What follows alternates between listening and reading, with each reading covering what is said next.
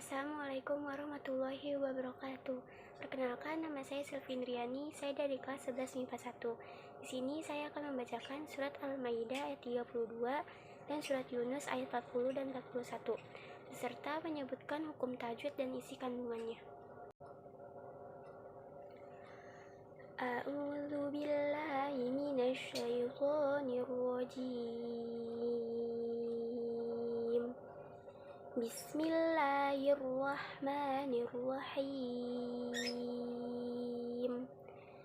Min ajli dzalik katabna ala bani Israila annahu man qatala nafsan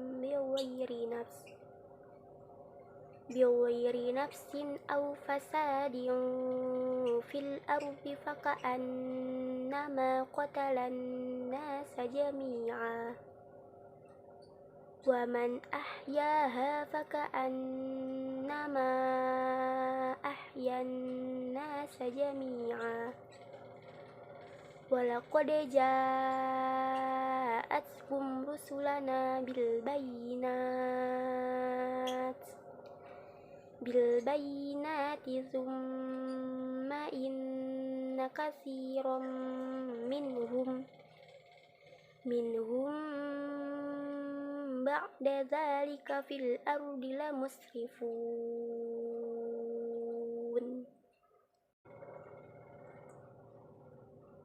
Bismillahirrahmanirrahim.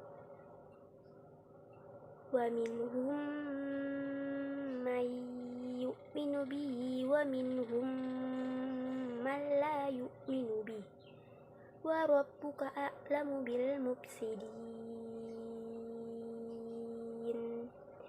Wa in kadzabuka faqul li 'amali wa lakum 'amalukum antum bari'una mimma a'malu wa ana bari'un mimma ta'malun. Shadaqallahul azim.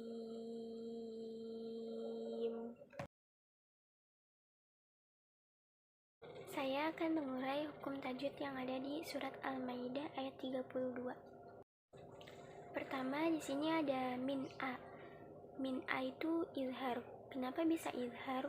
Karena hukum nun sukun bertemu huruf hamzah. Huruf izhar itu ada 5. Hamzah, ha, kho, ain, ghain, ha. Makanya dia disebut izhar. Nah, terus di sini yang kedua ada kata bena. Kata bena itu hukum bacanya qalqalah. Kenapa qalqalah? Karena huruf qalqalah itu ada 5. Qaf, ta, ba, jim, dal. Nah, di sini itu ada ba. Jadi dia hukum bacanya qalqalah. Nah, yang ketiga di sini ada nafsambi. Nah, nafsambi itu hukum bacaannya iklab. Kenapa iklab? Karena nun sukun atau tanwin bertemu ba. Namanya iklab. Nah, iklab itu cuma ada satu huruf, yaitu ba. Nah, selanjutnya di sini ada kalimat jaa. Nah, itu hukum bacaannya mat wajib mutasil. Kenapa mat wajib mutasil? Karena mat tabi'i bertemu hamzah dalam satu kalimat. Nah, itu panjangnya 2,5 alif atau 5 harokat. Selanjutnya di sini ada kalimat bilba. Nah, bilba itu hukum bacaannya alif lam qamariyah. Kenapa alif lam qamariyah? Karena di situ lam sukun bertemu ba. Nah, huruf qamariyah itu ada 15. Ba, jim, ha, kho, ain, ghain, fa, qaf, kam, mim, waw, hamzah, ya. Nah, terus selanjutnya di sini ada lamusrifun. Nah, itu pembacaannya mat arid li sukun. Kenapa mat arid li sukun? Karena mat tabi'i bertemu huruf hidup dibaca waqaf, panjangnya 3 alif. Nah, selanjutnya di sini saya akan menyebutkan hukum bacaan yang ada di surat Yusuf ayat 40 dan 41. Yang pertama di sini ada kalimat humma. Nah, dia hukum bacanya itu idgham misli. Kenapa idgham misli? Karena mim sukun bertemu mim. Jadi dia disebut idgham misli. Yang kedua di sini ada kalimat malla. Nah, yaitu hukum bacanya idgham bila gunnah. Kenapa idgham bila gunnah? Karena nun sukun bertemu lam. Nah, huruf idgham bila gunnah itu ada 2, yaitu lam dan ro. Nah, selanjutnya di sini ada kalimat wa ilka. Nah, dia hukum bacanya itu ikfa. Kenapa ikfa? Karena nun sukun bertemu kaf. Nah, ikfa itu hurufnya ada 15, yaitu ada ta, tha, jim, dal, zal, zai, sin, sodo, tozo, fa, qaf, kaf.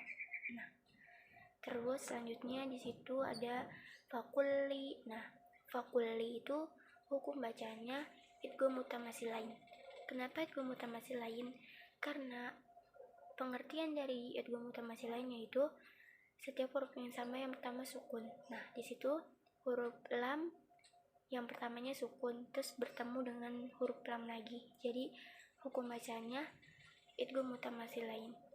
Selanjutnya ada walakum a. Nah, dia hukum bacanya itu idhar safawi.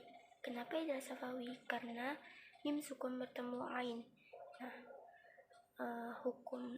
yang dinamakan idhar safawi itu mim sukun bertemu huruf selain mim dan ba. Jadi di situ kan mim sukun bertemu ain, jadi namanya idhar safawi. Nah, selanjutnya ada tumba.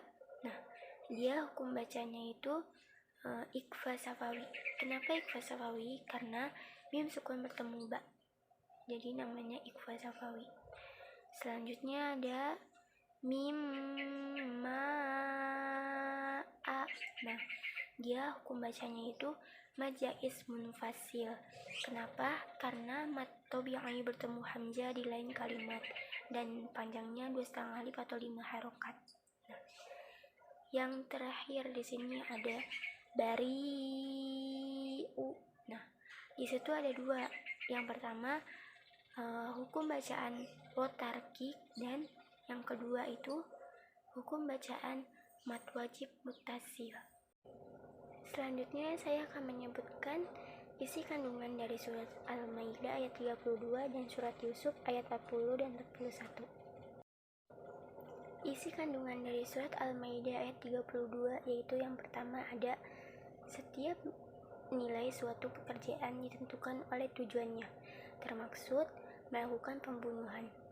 Nah, yang kedua ada ayat ini juga berisikan hinaan dan kencaman atas Bani Israel yang suka melampaui batas, melakukan pelanggaran dan sering membunuh tanpa sebab yang membenarkan.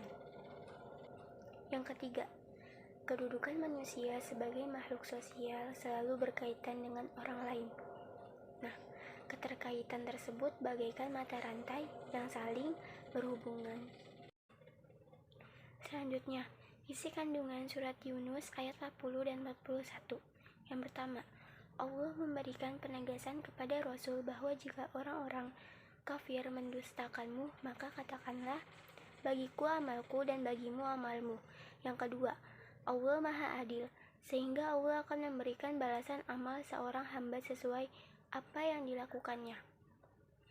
Yang ketiga, surat Yunus ayat 40 dan 41 ini merupakan pengarahan dari Allah untuk menghadapi orang yang tidak beriman tanpa adanya kekerasan, tetapi mengedepankan akhlak mulia.